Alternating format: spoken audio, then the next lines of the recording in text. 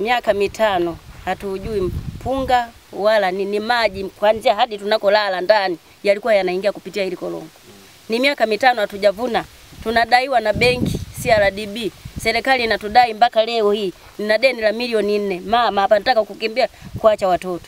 Lakini kupitia hili na hisi deni nitalipa kirahisi sana. Namshukuru sana.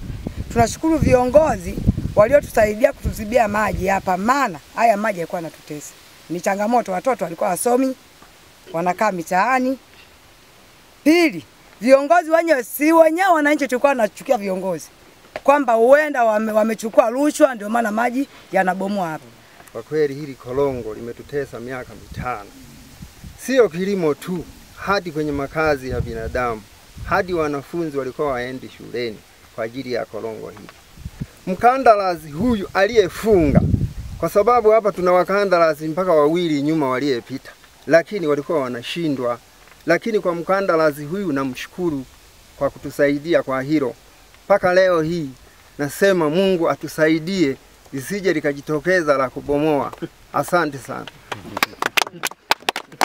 Wakulima walioathirika ndani ya korongo hili wanachama walikuwa 119, lakini heka zilizopigwa kila miaka ndani ya miaka 5 zilikuwa heka 1773 ambapo zilikuwa zilimwi ndani ya miaka 5 na wala walikuwa wavuni, ilikuwa shida tupu. Ni kweli baada tu ya maji kutoka mto mkuu kuelekea kwenye maeneo ya kilimo limeleta athari kubwa sana.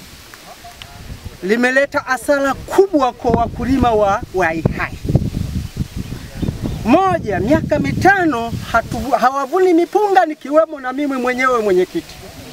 Kwa sababu mimi naishi kitongoji cha Mgorongoro.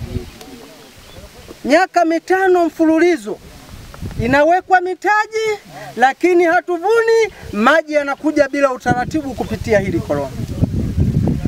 Sio tu kilimo, haya maji yameenda kuvamia mpaka makazi ya wananchi wangu wa Ihai. Majira ya kifuku maji yanaingia majumbani, lakini mpaka maeneo ya mahindi walao tunakopata chakula kwa ajili ya mahindi. Mkandarasi ameshalitekeleza ufikiaji wa korongo hili kuweka gabioni na kujaza kifusi na yuko kama kwenye asilimia 50. Lakini so far tulipofikia sasa hivi tuna uhakika kabisa hata kama mto utajaa maji hauwezi tena kuleta madhara kama yaloleta kipindi cha miaka 5 au miaka 5 iliyopita. Ninaomba nitoe wito sasa kwa wakulima wetu. Kwanza kuacha kufanya shughuli za kilimo sawa pembezoni mwa mito.